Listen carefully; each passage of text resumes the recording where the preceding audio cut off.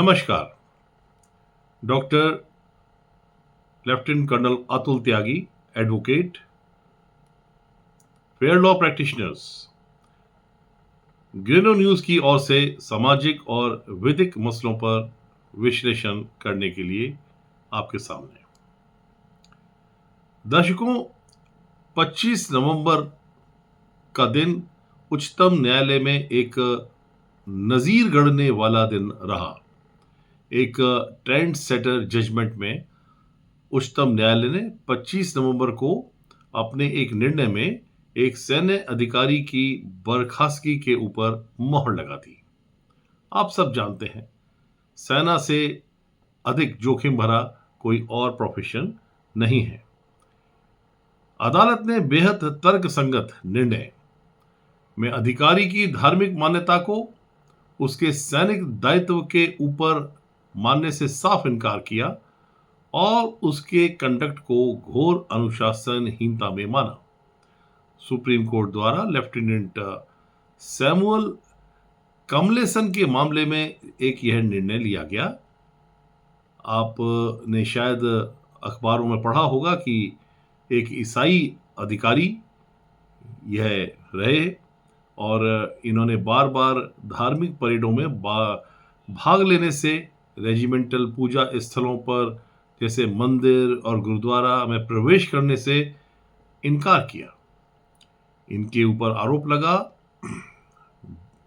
Inquiries हुई, due process follow किया गया, इन्हें प्रेरित किया गया कि वह ऐसा ना करें, मगर इन्होंने अपने धर्म का हवाला देते हुए धार्मिक स्थलों पर जवानों के साथ भाग लेने से इनकार किया, जिसके फलस्वरूप इनकी सेवाएं समाप्त कर दी गईं और सैन्य अधिकारी का दृष्टिकोण रेजिमेंट का माहौल खराब करने वाला माना गया।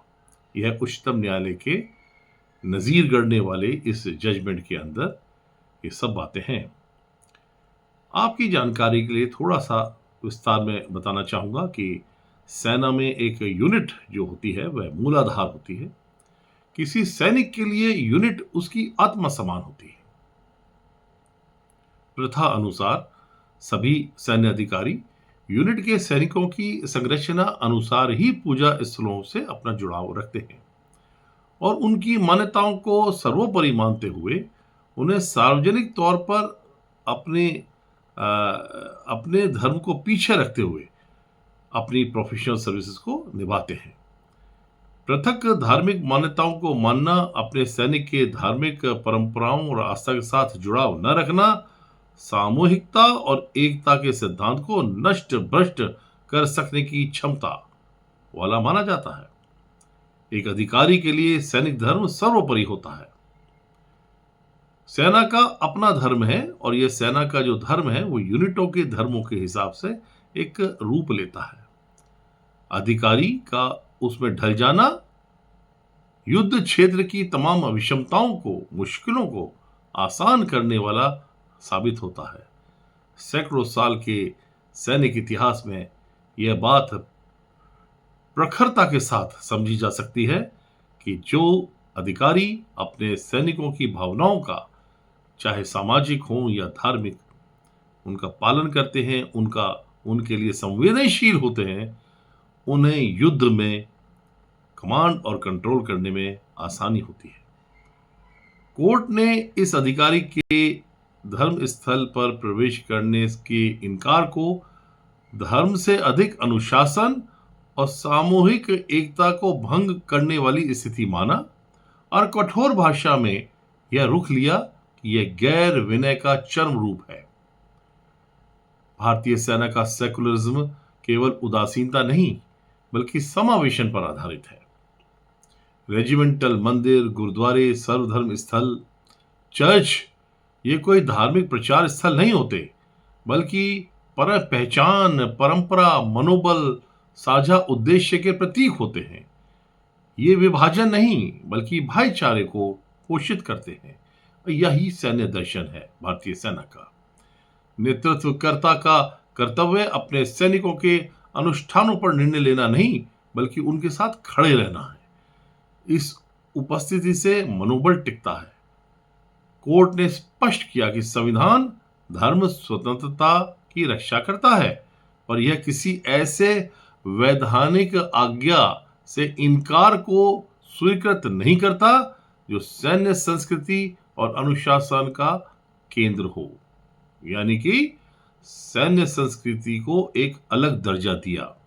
सेना में अनुशासन और सामूहिक एकता केवल वांछनीय ही नहीं, बल्कि अस्तित्व प्रणाली संबंधी आवश्यकताएं हैं। दर्शकों, the judgement should not be construed as a critique of any individual faith or faiths, but rather as an affirmation of a foundational military truth. In uniform, personal belief cannot be allowed to overshadow institutional identity, institutional duties.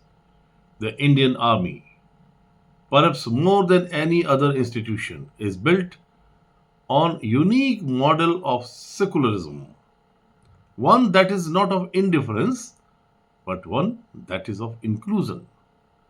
Regimental mandirs, gurudwaras, sarvdharm sthals, and churches are not places for religious conversion or compulsion.